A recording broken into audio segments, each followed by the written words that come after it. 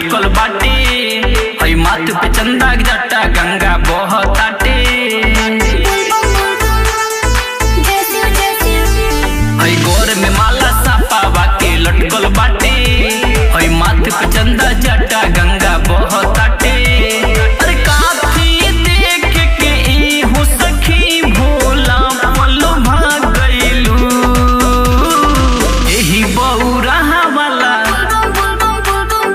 तप गौरा कोइलू।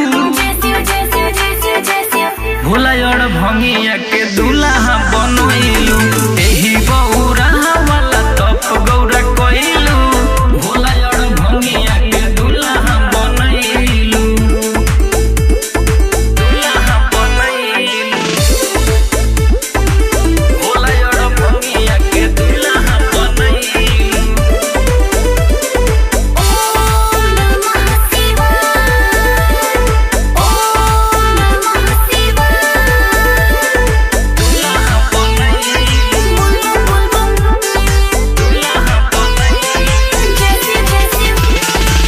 भूत पिचास लेके तोहर भोला अइले बारात हो।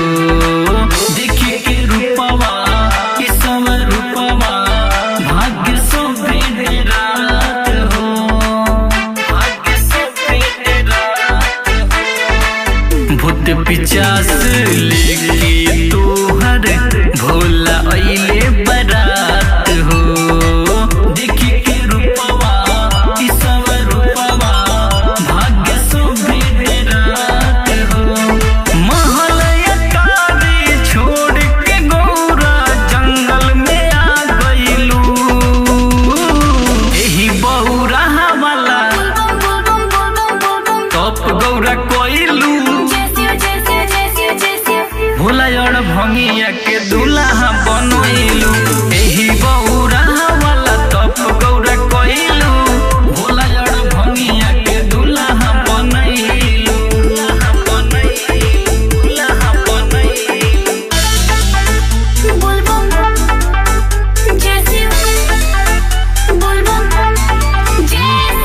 Music by Sandeep Singh. Regional Music Projects.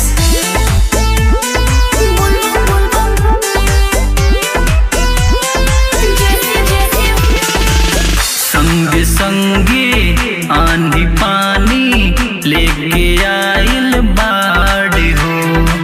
Bhola बसहवा प मगन होके खूब नाचता रे हो, खूब नाचता रे हो। संग संगे आंधी पानी लेके आइल बाड़ हो।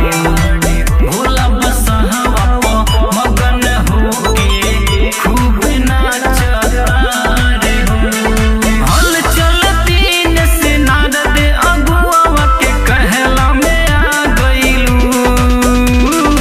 एही बौरा वाला तप गौरा कोइलू। भोला और भंगिया के